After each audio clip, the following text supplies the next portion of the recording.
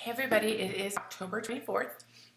Hey everybody, it is October 24th, Saturday. Today we're going to be reading about Jesus feeding 5,000, John chapter 6. And we're also going to talk about soulmates and what the Bible says about soulmates. So, reason being is I am a single gal and I want to know exactly what does God say about everything that I question. So, that's kind of what we're doing. So, here we go.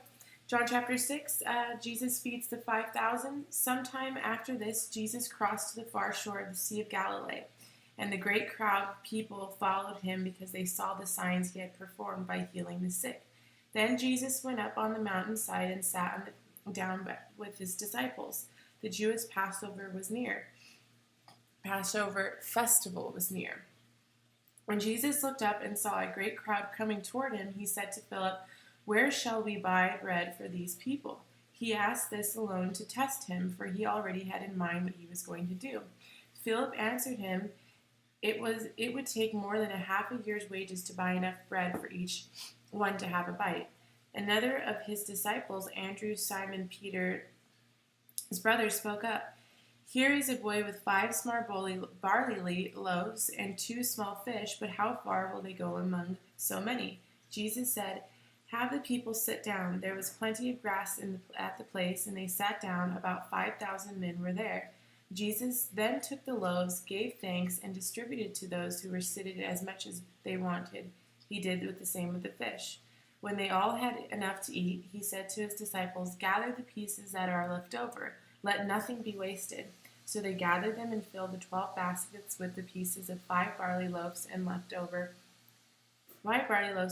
by those who had eaten. After the people saw the signs Jesus performed, they began to say, "Surely this is the prophet who has come into the world." Jesus, knowing that they intended to come and make him king by force, withdrew again to the mountain by himself. And then Jesus walks on water. My favorite. When evening came, his disciples went down to the lake, where they got into the boat and set it off across the lake for Capernaum. By now it was dark, and Jesus had not yet joined them. A strong wind was blowing, and the waters grew rough. When they had rowed about 3 or 4 miles, they saw Jesus approaching the boat, walking on the water. And they were frightened, but they said to him, "It is, don't be afraid. Don't be afraid." So sorry. Where is that noise coming from? Sorry, it's an ad when I have these windows up. Okay, let's get back to it. Different things happening. But he said to them, "It is I, do not be afraid." Then they were willing to take him into the boat, and immediately the boat reached the shore where they were headed. The next day the crowd had stayed on the opposite shore of the lake and realized that only one boat had been there, and that Jesus had not entered it with his disciples, but that they had gone away alone. The boats from Tiberias landed near the place where the people had eaten the bread after the Lord had given thanks. Once the crowd realized that neither Jesus nor his disciples were there, they got into the boats and went to Capernaum to search for Jesus. So pretty cool, Jesus performing all of these miracles and signs. Bread that feeds 5,000, and then also bread and fish that feeds 5,000, also that he walks on water. I would imagine what it would have been like to see that, and then still not believe. In the first year or so, there's going to be some trust issues when you've done what you do as an addict, and but God was amazing at restoring the trust. So yes, that was an ad. Sorry about that. We're talking about soulmates. Definition of soulmate is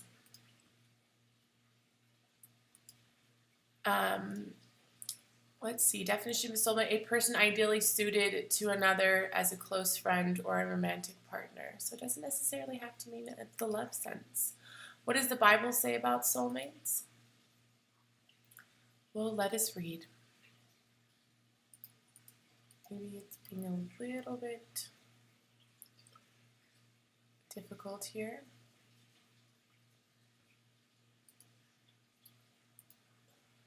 Okay, And they lived happily ever after is the fairy tale. So this is according to BeliefNet.com. And they lived happily ever after is the fairy tale ending many singles are looking for. The cultural dating norm is insisting that singles should search for their and find their perfect match. Soulmate is the one that has left some Christian singles scratching their heads. Nowhere in the Bible do we see the idea that God has this one special someone for you must search to find. In the Garden of Eden, God creates for Adam a helpmeet and a suitable companion for him, concluding that it is not good for a man to be alone. Godly companionship is more of what the Bible is trying to convey here. The problem with society's idea of soulmate is that they try to accomplish the same goal of companionship apart from the wisdom of God. The Bible is not completely silent on this though.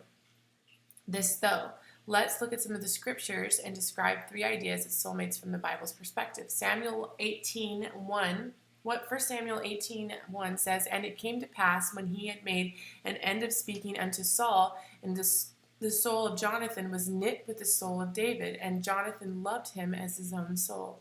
Here it is clear the biblical view of a soulmate is being used to describe close friendship, like the friends that finish all of your sentences or the ones that you can have a full conversation with, using no words at all. For Jonathan and David, they had shared a friendship so deep that they were willing to risk their lives for each other. This actually happened as Jonathan deceived his father, King Saul, to protect David's life. The bond of friendship, song, and strong life-risking love between these friends is one of the ways the Bible describes what it could be determined as soulmate. Deuteronomy 13:6, chapter 13, verse 6 says, "Thy friend, which is thy own soul." This verse shows that friends have the capacity to connect deeply on the soul level. I think it's interesting the distinction that the Bible makes here, because actually a husband and wife are connected entirely, not just on the soul level. The Bible says that 2 become one because there's a certain level of intimacy that they can only be reached by husband and wife. Friends may have matching personalities, but it does not mean that compatibly in this way is always suitable for marriage. For instance, many couples believe God's idea to bring together 2 complementary individuals, not identical, that their weaknesses can be the other's strengths and vice versa.